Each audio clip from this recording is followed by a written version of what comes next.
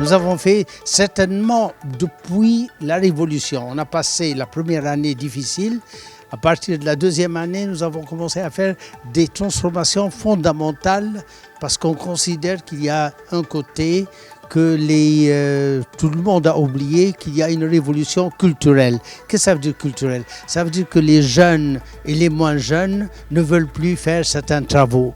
Nous les voyons avec les ordures qu'on a sur les routes, ça veut dire qu'ils ne veulent plus ramasser d'ordures.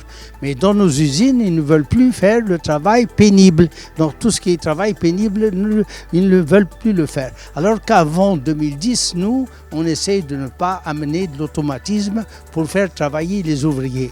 Mais à partir de 2011, tout d'un coup, ils ne veulent plus faire le travail pénible et lorsqu'on les oblige, ils nous cassent le matériel et sabotent le matériel.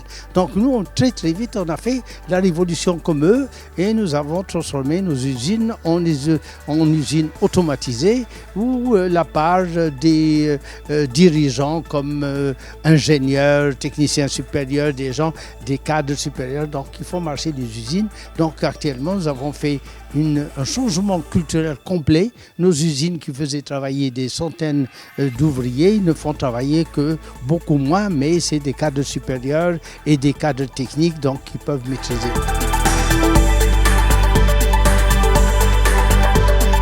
Et actuellement, on peut dire que la révolution, ou les effets négatifs de la révolution sont plutôt derrière nous que devant nous.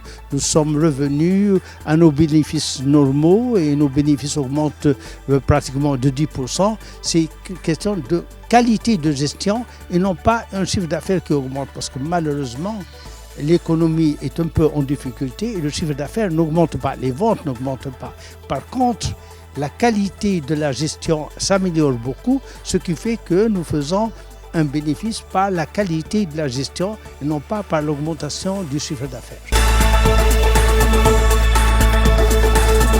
اليوم هذه فرصة إفصاح مالي لشركة بولينا في مقرها الاجتماعي باش تعلن الرجوع إلى النمو على مستوى التوقعات اللي هي وعدت بهم وقت اللي دخلت السوق المالية، وقت اللي دخلت السوق البورصة. معناها رجعت بولينا تنتج وتحقق في نمو اللي حققته في ال30 سنة الفارطة واللي هي على مستوى حوالي بين 10 و 12%.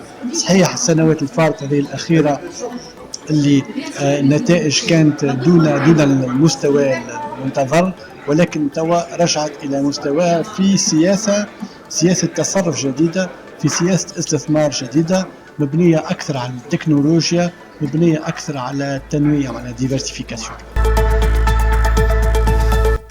Nous sommes le plus grand formateur actuellement et nous pensons que c'est la formation qui fait la différence. Actuellement, nous formons 400 ingénieurs et cadres supérieurs, gestionnaires par année pour le groupe et pour permettre aussi aux autres sociétés qui viennent prendre le personnel chez nous donc de remplacer les partants. Donc, ce qui fait 400 et nous sommes en train de préparer les cadres supérieurs pour leur permettre de travailler à l'étranger.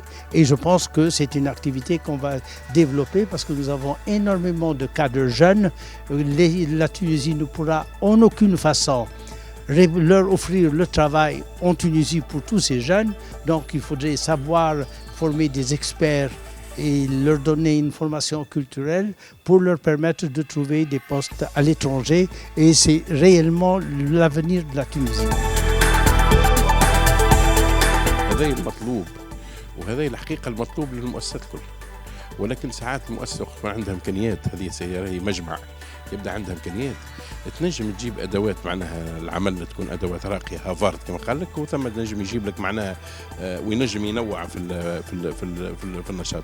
ولكن نحن راهو في ظرف تونس وفي ثقافتنا التونسية والى آخره ما نجموش نكونوا زاد بالحزم اللي هم يمارسوا فيه، لأنه هذاك صعب جدا ممارسته في المؤسسات الأخرى خاصة في المؤسسات الصغيرة.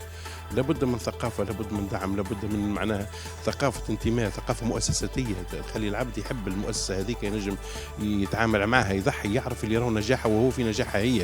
هذا مهم جدا معنا، ولازم على الأقل زاد قيمة العمل تكون ديما واحدة.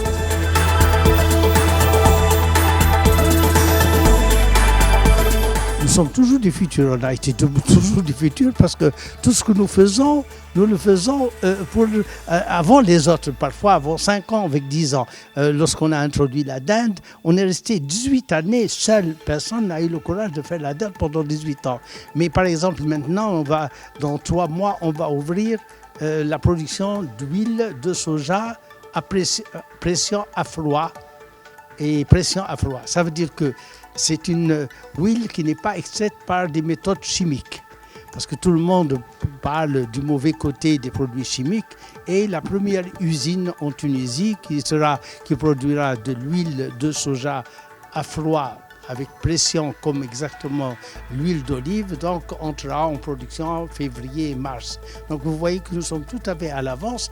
La formation que nous faisons par exemple à distance, c'est une université allemande qui enseigne en Tunisie à distance et livre ses diplômes pour les Tunisiens. Nous, on a été toujours des gens du futur, ça veut dire que nous avons été toujours souvent le premier à amener des nouvelles technologies.